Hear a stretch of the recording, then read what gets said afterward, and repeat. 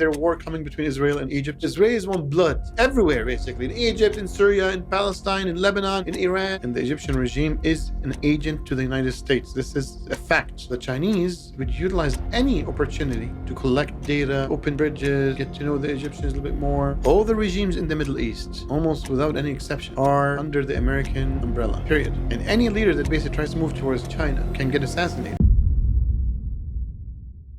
Assalamu alaikum, Sheikh.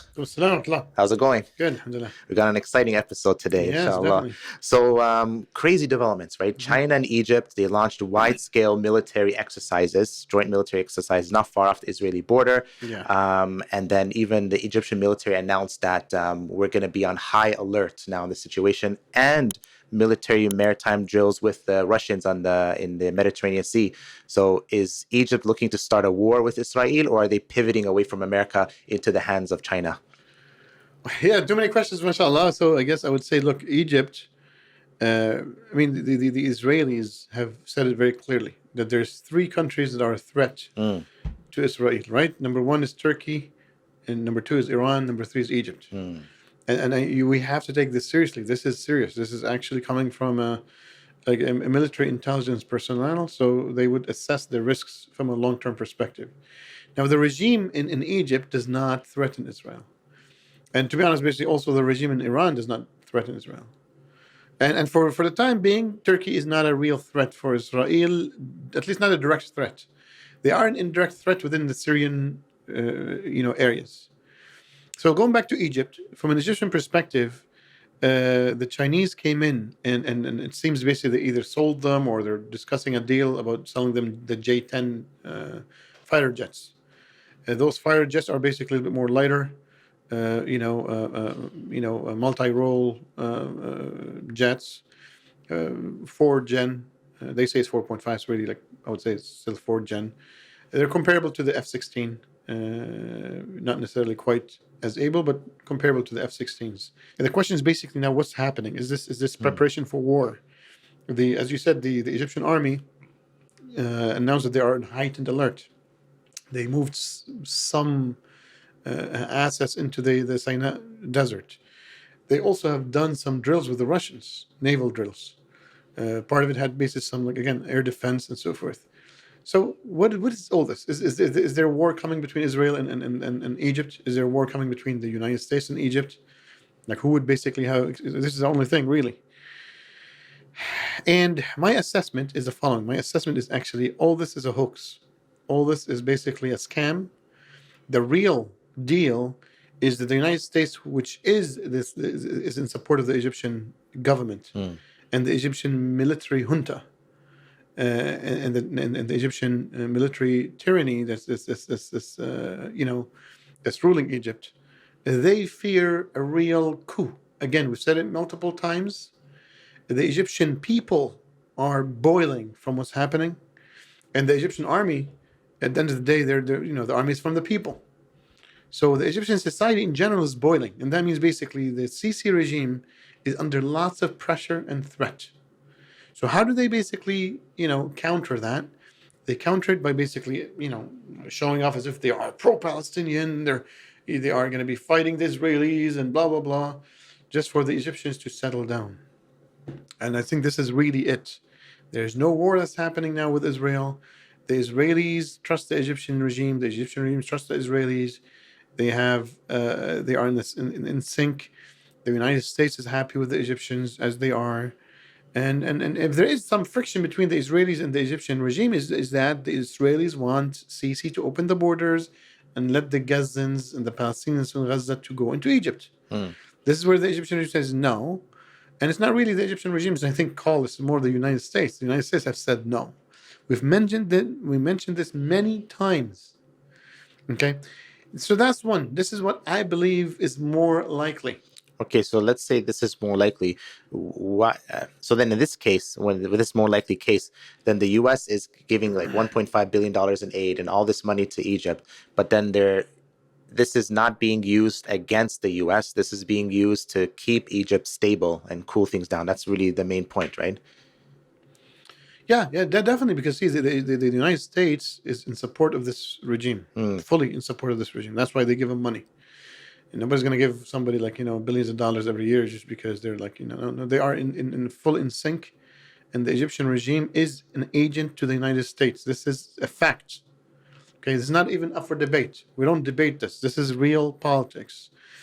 So what's happening here? Basically, the United States wants to, make sure that this regime survives and doesn't, this regime doesn't implode.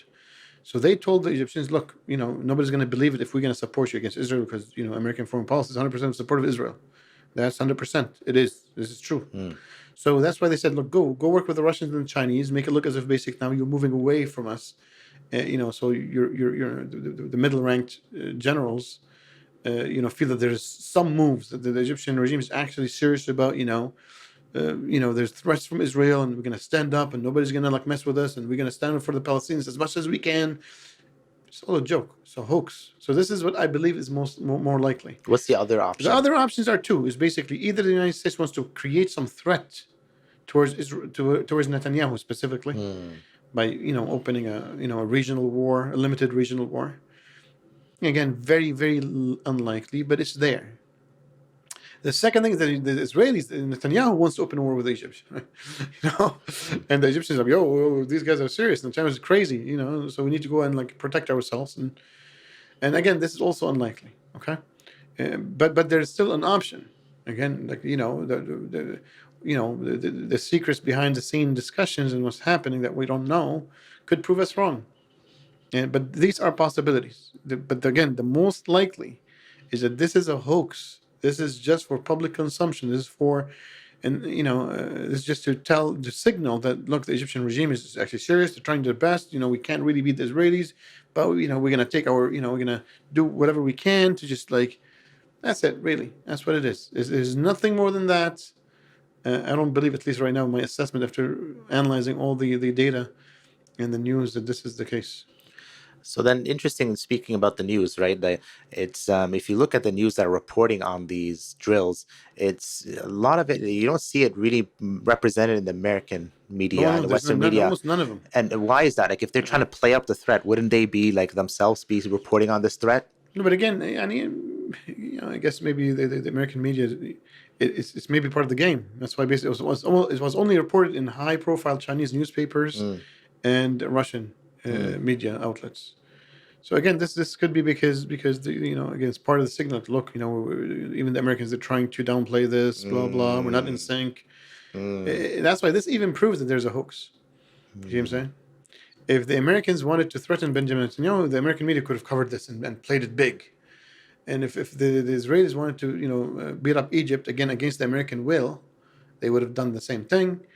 Or even if it was with the American will, they would have, like the American media. So it does actually mesh with this analysis too. Again, whether they did or not, there's always a reason they decided not to. And this basically, like, imagine yourself like as a middle tier Egyptian general, because these are the people who can do a coup. And this who usually do a coup are the brigadiers and the lower than brigadier, right? The colonels and the lieutenant colonels. So they're like, wow, our Egyptian military leader, he's very tough. He dealt with the Chinese and the Russians against the will of the Americans. They didn't even cover any of this, blah blah. You know what I'm saying? It did really happen. These rallies and these drills have happened for real. So I understand now. It makes sense, Sheikh, about the Egyptian side. Now, China is, they buy the Iranian oil. They provide the satellite services for the Houthis, right? As the U.S. is saying that, right? Key member BRICS. Now, what is in it for China to, conduct these joint military drills? Is it kind of as challenging U.S. dominance? Is it entering into the Middle East theater? Like, what's in it for China? Well, how are you going to enter into the Middle Eastern theater? You need one of these regimes to be open. All the regimes in the Middle East, almost without any exception, are under the American umbrella, period. And any leader that basically tries to move to really seriously towards China, can get assassinated. This is how it works. They'll send their jackals and assassinate him, or they create some serious problems. Again, don't forget the United States have built all these, Al Qaeda and ISIS. They're all built by the United States. They can create them again and again in any region to cause trouble for any regime. You see what I'm saying? And if that doesn't work, they can even basically enter and bomb these countries just like they did in Libya. And so they'll create the cause, they'll create the situation for military intervention if they had to. But usually it's just like assassinations would do. You see what I'm saying? But again, these regimes are happy where they are. They're happy in the lap of the Americans, and there's no reason to move towards China too far that it'll piss off the Americans. And now the Chinese would utilize any opportunity to come collect data, open bridges, get to know the Egyptians a little bit more. So even though the United States might have okayed this channel, that will be utilized definitely by the Chinese to build this trust with the Egyptians. At one point in time, if the Egyptians feel that, you know what, we need to switch agency from the Americans to the Chinese or the Americans to the Russians, this definitely could help. So the Chinese are not going to say no. Like they were invited, but they're like, yeah, definitely we'll be there. So you want J10s, we'll give you J10s because J10s is like it's kind of like more of an older plane from the It's the China fourth perspective. generation. China's saying they have Yeah. the sixth gen No, now. they have 5 and Yeah. they're developing 6. Yeah. So fourth, it's like it's not a big deal. And again, it was one of the first, fighter jets that the Chinese built. It's a pretty good plane. Don't get me wrong, but still 4.5 gen, right? It's 4. They say 4.5 gen, right? So, Sheikh, now that we spoke about then Egypt, China, Russia, all these military drills, now pivoting to the other threat to Israel, Iran. Last time we spoke, we said that there's a possibility of utilizing tactical nukes, but all this is in probabilities, and there's a chance that it's not going to happen. Yep. So Israel wants a war with Iran, but Netanyahu actually went to the White House. He tried to push for a war. He had the plans, and New York Times leaked it, and then Trump blocked him. So what's happening there? Look, I don't believe this actually happened. I believe the leak did happen, and it's done as part of the negotiation with the Iranians. The Trump administration is still trying to get something out of the Iranians, and the Iranians are not budging. So this stuff, that's how it works. I don't think the Israelis will ever go alone. Ever. They can't. They cannot. They cannot really seriously threaten the Iranian regime. Okay, they might be able. They might be able to hurt the Iranian regime, but the Iranian regime will hurt them back real bad if the Americans are not there. That's why the Israelis cannot go alone. Period. So Netanyahu didn't try to do that. I don't believe it personally. I believe this is again, it's a Trump way of negotiation. He's all about threats and so forth, which is understandable. That's how you negotiate on in the international arena. So you create enough pressure. Now, but Israel basically is pushing the United States for a real war with Iran. Yeah, 100%. It's been doing it for like 2 decades now, 3 decades. And the Americans are not budging because they pampered Iran and they built Iran to what it is today. And I know many people don't want to believe it, but it's part of like, again, it's part of the deception and disinformation campaign to keep certain American allies under the cover. That being said, there's lots of weapons that have been still shipped into the Middle East. For what reason? This is a big question still. I'm still analyzing. So let's see. Something happened today. This was big, basically, when J.D. Vance was in India. There was some bombing that happened in Kashmir. I'm still, overseeing this or looking into this. So this created some friction between Pakistan and India. So is the United States trying to bomb Pakistan? We don't know yet, right? Let's see. And it could be part of the negotiation tactics. Yeah. The United States wants Pakistan to be on the same side with India and to stay away from China. You see what I'm saying? So, but this may be for another episode. But yeah, definitely is interesting because Bangladesh and Pakistan just had their first big meeting in a very long time. So, but Sheikh, you mentioned weapons going into the Middle East. Yeah. Tell us more. This is very interesting. What do you mean weapons entering Middle Well, we East? spoke about it. Basically, the B-2 bombers, the loss of shipments of there's another aircraft carrier that came to the Middle East. Now we have 2 aircraft carriers. There are lots of loads of weapons being shipped. Now this is a signal for war, preparation for war, as we said, and again, as I said, basically, I'm thinking until now, it's more for negotiations than anything else. But again, it could be preparation for war specifically. So let's see. Now there's a Pakistan possibility. But going back to Iran, Yani, if the regime, there was also basically several people were fired from the Defense Department. Yes, so I want to ask you about this piece, right? Pete Hegseth, who is the Secretary of Defense, his top advisors, who he brought in, and they are known to be very isolationist. They don't like this whole idea of war with any Iran, other countries. They were just fired for all these leaks, confidential leaks from the Pentagon. I want to show you a quick clip of his top advisor on Tucker Carlson's podcast Let's do it. talking about this situation. I want to get your thoughts on this clip here. Liberal hegemony. So getting back to Iran, there's a lot of reasons why people want war with Iran. I think when it comes down to it is a lot of people still think you can do regime change wars successfully in the Middle East. Regime change wars? I thought this was all about getting rid of the whatever half dozen Iranian nuclear sites because we don't want Iran to have a nuclear weapon. Well, I think Donald Trump has exposed them because they're essentially, I mean, some of the biggest advocates of war with Iran, whether it's groups like Foundation for Defense of Democracy, writers at certain publications. Essentially, they are saying the problem with diplomacy is it doesn't lead to regime change, is that the policy should be regime change. It's almost like the nuclear issue is really about creating a pathway to regime change. And it really still goes back to this idea, is a lot of them deep down inside believe, and some of them say it out loud, that we could have made Iraq successful. And Iraq is just a mess. It is an absolute just cluster. Well, it's a proxy of Iran, too, Yes. the country they hate. Let me just make a note on this. The most deadly forces in the middle, the forces that pose the most risk to the United States forces, are the Popular Mobilization Forces in Iraq. They are an official arm. So him now speaking. So even the title of this podcast is Pete Hegseth's top advisor framed for Pentagon leaks. It was really about Iran. So Sheikh, what do you think about that? Because now they're saying that.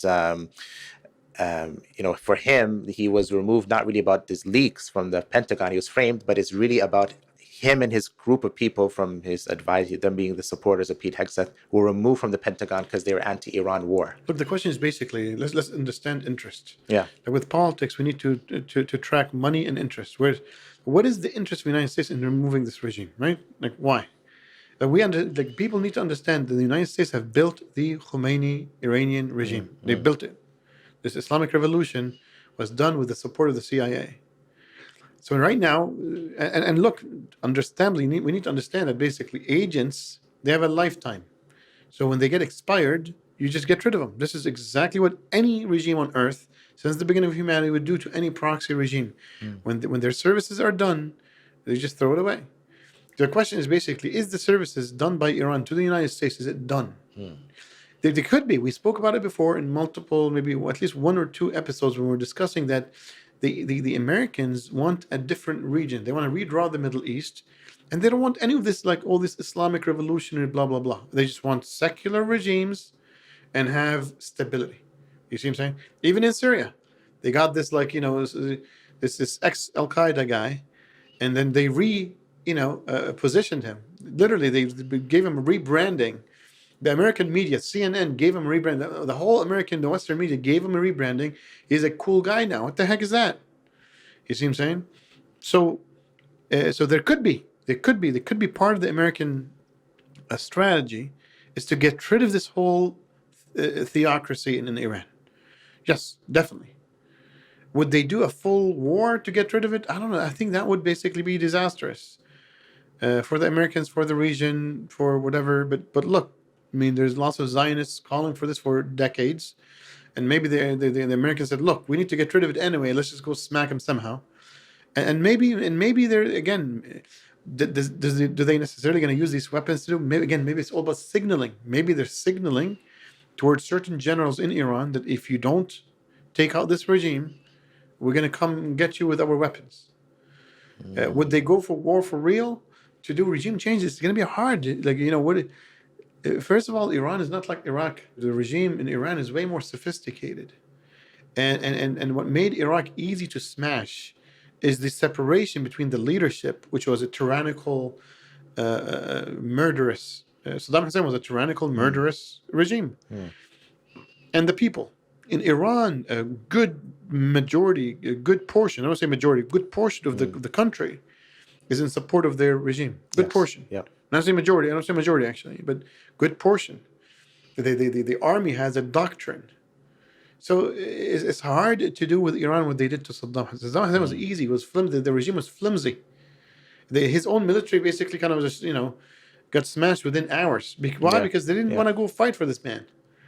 They gave up. Like you see, by the way, like I'm old enough to have seen things live in 91 and '03. So the regime could not even defend itself. It crumbled. But that's how tyrannical regimes are. It's like they're very like a house of cards. Iran is not like that. You see what I'm saying? I'm not saying they're not tyrannical, but they really have a very strong. They have a strong base, though. Oh, of definitely supporters. from an ideological perspective, people really do believe in that regime.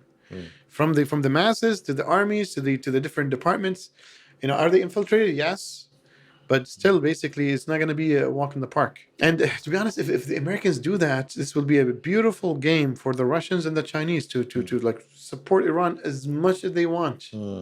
They will support Iran 100%, and that's why I believe it's not for regime change. Because look, if there is a regime change plans, the Chinese and the Russians would know by now. And if they do, they'll inform the Iranians. And if the Iranians know that the Americans are coming to get them, it is a gift from God to the Chinese and the Russians. They will literally give Iran everything because they want the United States to get bogged down in Afghanistan. Yeah. Yeah. It'll be in Iranistan. My goodness. You see what I'm saying? Yeah. And same thing with Ukraine. Like basically, again, like the Russians will be happy to support the Iranians against the Americans. I do not believe the Americans are going to open a war against the Iranians. Period. Period. So then, could It's this very be? unlikely.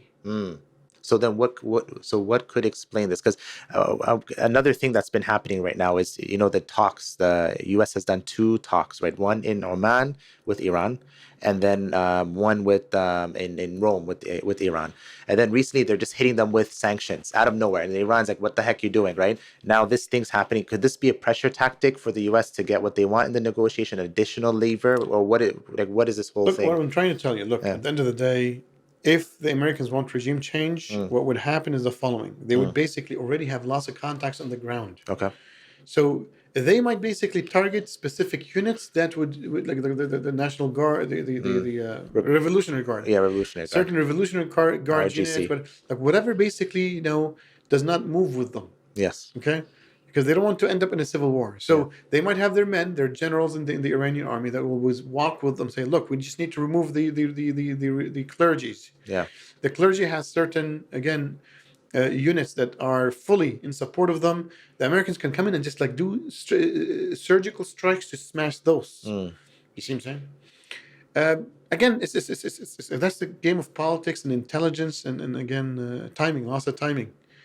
Let's see. It's very exciting to look at this game just like from an observer perspective. But may Allah subhanahu wa ta'ala save the Middle East from any wars. It's just, nobody wants wars really.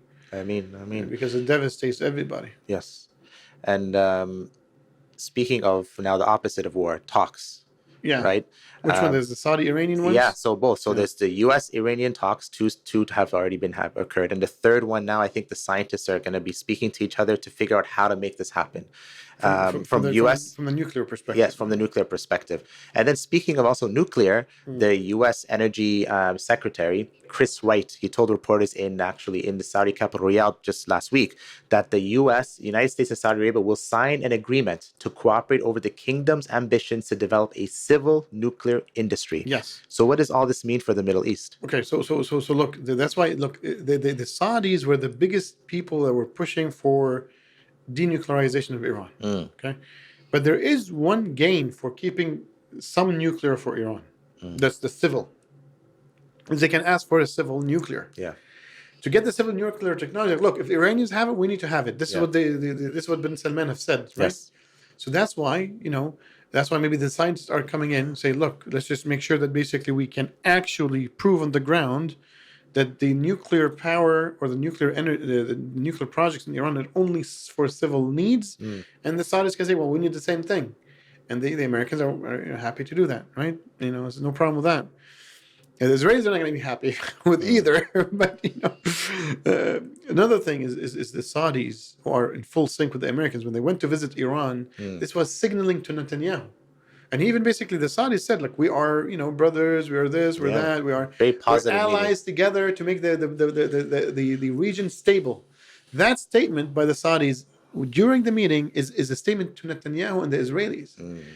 That push comes to shove, like the Israelis want war, the Israelis want blood everywhere, basically in Egypt, in Syria, in Palestine, in Lebanon, in Iran. But the Saudis now are saying, look, if you're going to keep pushing, then us and the Iranians will basically be friends again, and that's not going to be good for you. So again another signaling that's U.S. approved by the Saudis and the Iranians to Netanyahu and his government. So what does this mean for the Netanyahu government, right? Because if we're, just looking at the news, there are some reports about... They need to stop the war. Trump is clear. Yeah. Netanyahu needs to stop the war, and they need to basically accept now this Qatari-Egyptian last proposal, which Hamas agreed to. Yeah. Which probably is basically saying, look, you need to stop for at least 5 to 7 years. Yeah. And Trump says, look, this needs to happen. And that's why all this pressure is coming in. Like, from one perspective, the Israelis are not listening. But let's see how much how much pressure can Trump put on Netanyahu. Now, Trump is in big trouble because of this whole tariff policy is going berserk, and maybe we can discuss it in a different episode. But it's backfiring in his face, literally. So I have one question actually on the tariffs. We can wrap just to draw this podcast to a close, because sometimes you see things. Myself, I'm starting to connect them, and I want to run this by you and see what you think. So Trump recently, they just asked him this question. It's 12 seconds of this main clip. So this is the question they asked about the tariffs with China. Treasury Secretary Dustin suggested that with the tariff rates as high as they are now, it's effectively an embargo of trade between the United States and China. Do you see it that way? That's true. 145% is very high. And it won't be that high. It's not going to be that high. It got up to there. We were talking about fentanyl, where, various elements built it up to 145. No, it won't be anywhere near that high. So Trump now bringing the tariffs down. My question is this have any relation with now China's involvement with Egypt and all this stuff? No. Like why the timing now? No. Again, the timing is because the Egyptian regime is boiling. The Egyptian society is boiling. It has nothing to do with tariffs. No. Okay. But going back to the tariffs, look, Trump's strategy. He is used to a specific way of negotiations that worked well in the real estate business on a civil perspective. Yeah.